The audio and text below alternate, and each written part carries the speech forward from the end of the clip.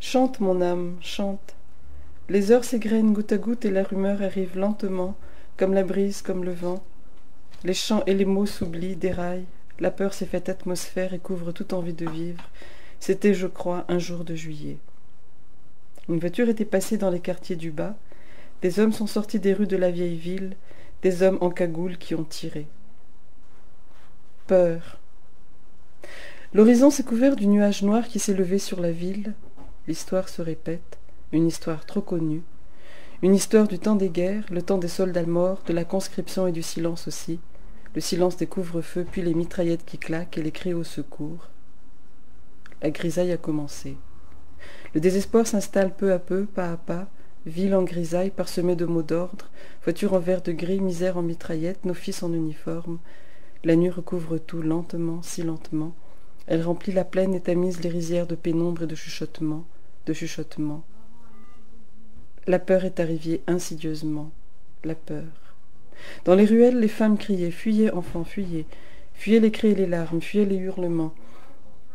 Et vous, femmes, courez, partez avant qu'il ne soit trop tard, partez. Ils vont rechercher les hommes et les enfants. Sortez de vos entrailles, dans ce balai de mort, ils ont besoin de sang. Fuyez, femmes, fuyez, emmenez vos garçons. Hurlez, femmes, hurlez. C'est la guerre, ajoute le vent. La guerre reprend la brise.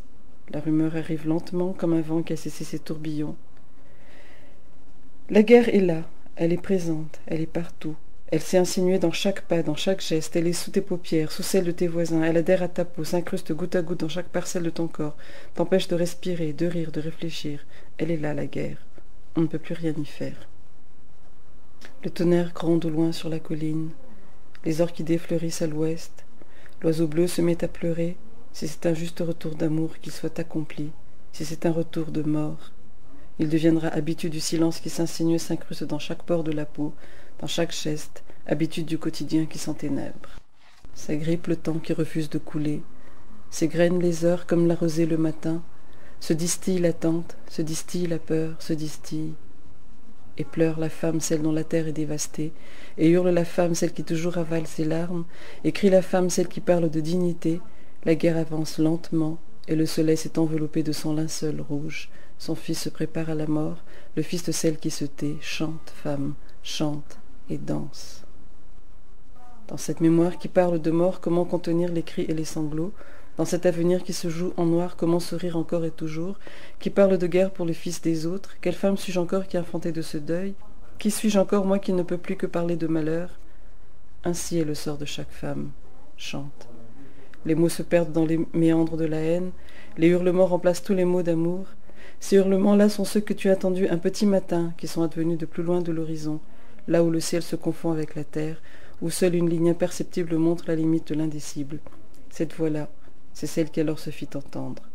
Cette voix disait « Hurle, femme, hurle !» Chante et parle de la vie.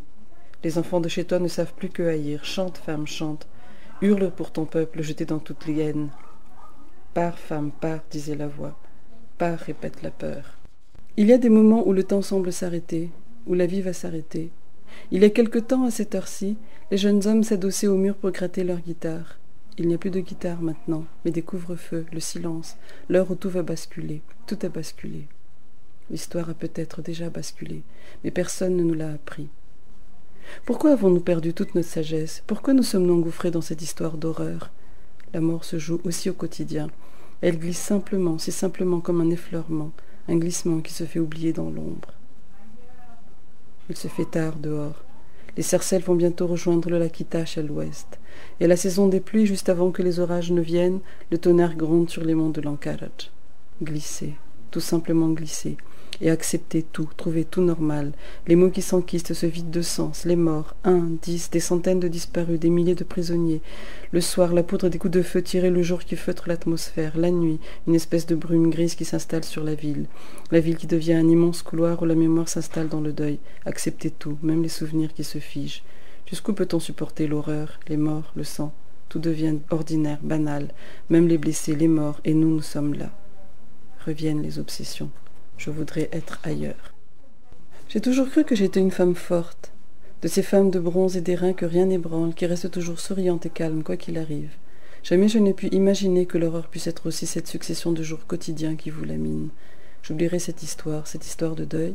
Je mettrai ma robe à fleurs et je danserai le tango sur une terrasse verte.